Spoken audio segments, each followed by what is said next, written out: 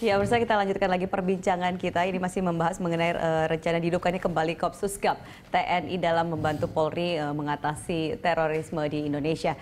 Nah, tadi kita sudah mendengarkan. Marilah kita gini. Jadi, Mas Kiki dan Pak Bekto, ini kalau kita berbaik sangka seperti itu terhadap TNI ataupun juga upaya untuk menghidupkan kembali ini sebagai bagian dari meyakinkan masyarakat kalau pemerintah negara benar-benar memikirkan dan ingin punya aksi nyata untuk memberantas teroris dari bumi pertiwi seperti itu. Gini, tadi Pak siapa? Saifuddin Supyadin menganggap kita ini berburuk sangka terhadap keterlibatan TNI. Salah sama sekali. Yang berburuk sangka dia. Kenapa?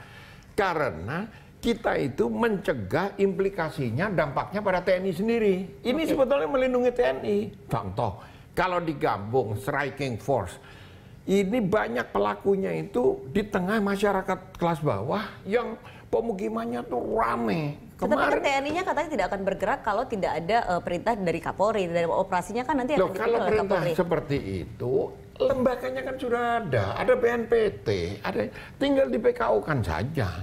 Supaya, karena apa? Kalau kita pakai hukum militer, TNI itu tidak terkena peradilan sipil. Itu saja sudah jadi problem.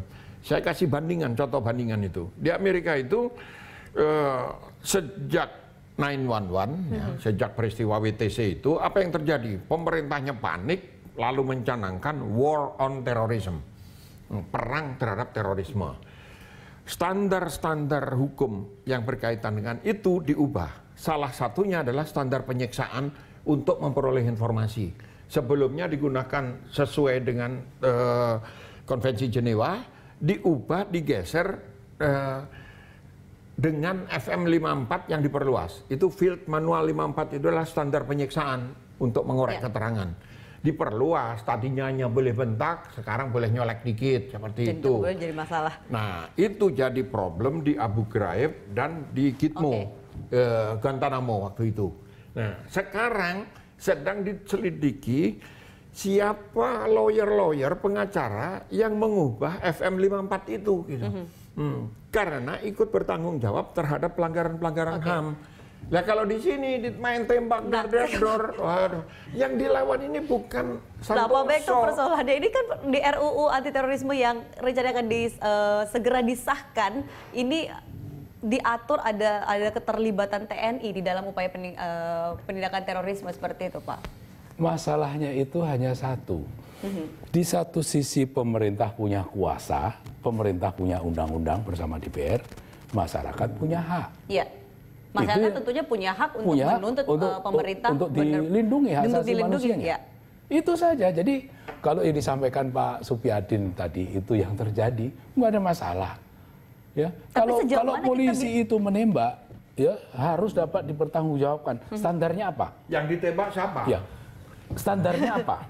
Standarnya adalah hak asasi manusia PBB, ya prinsip-prinsip dasar hak asasi manusia PBB tahun 1948 untuk penegak hukum. Itu jelas yang sudah diadopsi oleh Kapolri dengan menjadi Perkap 08 tahun 2009. TNI saya tidak tahu. Mudah-mudahan karena ini dalam rangka penegakan hukum, karena diperbantukan diperbantukan ke Polri dengan kata lain sebagai tindakan polisionil, harus ikut juga. Tapi kan TNI Indonesia saat ini dikatakan sudah mengalami reformasi seperti itu. Harus berbaik sangkanya, harus begitu.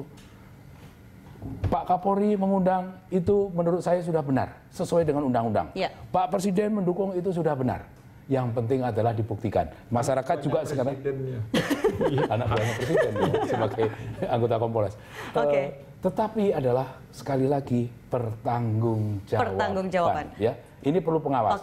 Termasuk kalau terjadi overlapping dan sebagainya, yang jadi juri siapa? Baik, yang jadi juri siapa? Itu catatannya. Jadi sama-sama ini harus mengawasi ya agar keterlibatan TNI kemudian tidak menimbulkan masalah di kemudian hari bagi masyarakat dan juga bagi skemanya gampang.